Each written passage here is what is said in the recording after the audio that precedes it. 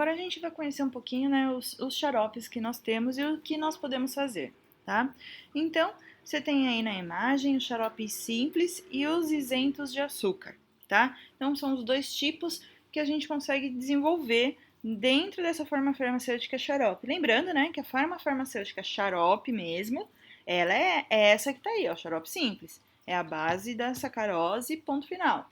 O que nós fazemos é a adaptação desse xarope para o isento de açúcar, tá?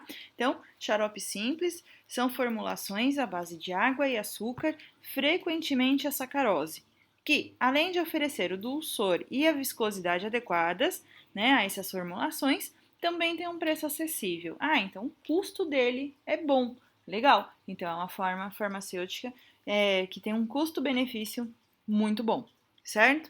Esses xaropes, né, eles, lembra que lá nos primeiros slides, eles possuem uma densidade entre 1,3 e 1,33, quando em 15 graus Celsius, né?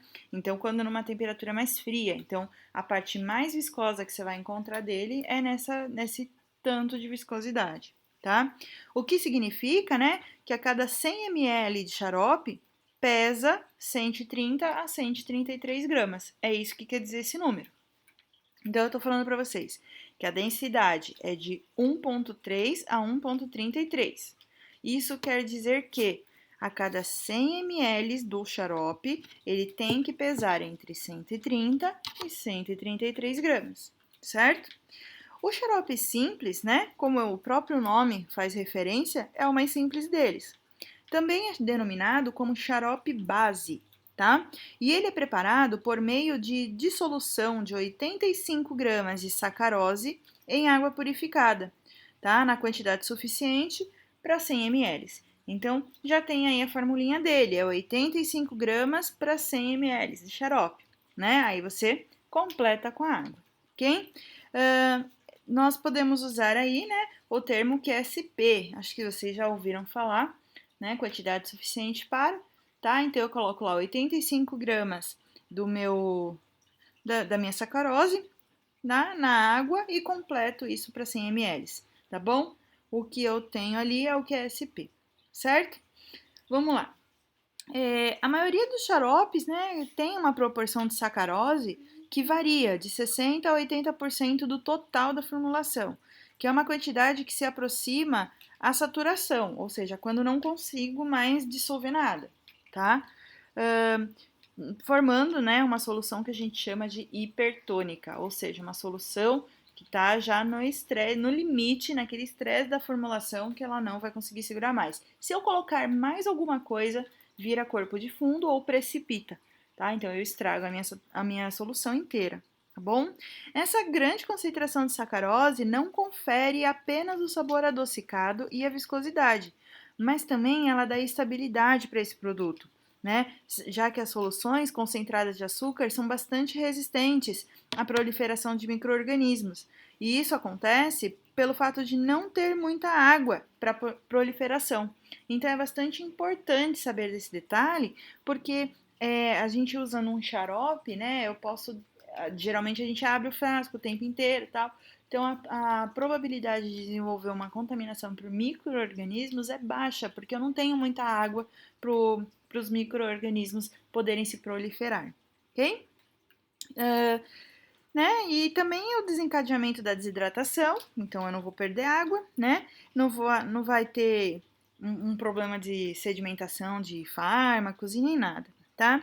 E é bastante interessante a gente falar que as soluções de sacarose diluída, ela tem um efeito contrário, né? Sendo eficiente meio nutriente, já não é tão eficaz para micro-organismos, mas já é um meio bastante nutritivo para os fungos, né? Então tem que tomar cuidado, porque você não vai ter muito problema com bactéria, mas você pode ter com os fungos, tá bom? Sabendo que a sacarose, né, é o açúcar mais empregado no desenvolvimento dos xaropes, pelas suas vantagens de uso, em alguns casos ela precisa ser substituída em todo, né, no todo, ou em algumas partes, por outros açúcares, tá? Então, que tipo de açúcar? Por exemplo, a destrose, né? Ou por não açúcares, como a glicerina, sorbitol, propileno glicol. tá? Que é o caso aí dos xaropes isentos de açúcar, tá? No caso de pacientes com as condições fisiológicas especiais, como, por exemplo, diabetes, né? Ou sobrepeso, de repente, que apresentem restrição a formulações que contêm esse veículo, o farmacêutico, então, tem que lançar mão de um produto tecnicamente elaborado que atenda às necessidades dietéticas dessas pessoas. Nessas situações, todos os componentes glicogênicos, né, que se convertem em glicose no organismo da pessoa, entre elas essas que a gente está falando, devem ser substituídas por componentes não glicogênicos, como a hidroxietilcelulose e metilcelulose. Né? No nosso organismo, algumas substâncias elas vão se converter em glicose. Né? Então, a gente tem que procurar substâncias que não se convertam como glicose. Tá? Então, por exemplo, a hidroxietilcelulose e a metilcelulose. A hidroxietilcelulose e a metilcelulose são matérias-primas que não são hidrolisadas e não são absorvidas. E dessa forma constituem um excelente veículo para pacientes com diabetes e aquelas pessoas, né, que precisam de uma dieta controlada, tá? Além disso, a viscosidade deles também é muito semelhante à viscosidade da sacarose.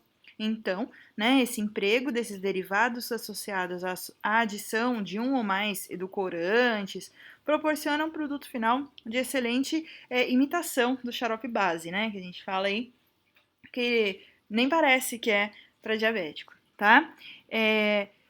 Ele é muito eficaz em mascarar esse sabor desagradável dos fármacos e também apresenta uma viscosidade bem adequada, tá? Além disso, essa viscosidade, né, traz também a confiança daquele fármaco, tá bom? Então, na hora de produzir o xarope, a pessoa vai falar, poxa, realmente é um xarope, né? Não é uma solução, não é uma forma farmacêutica líquida apenas, tá?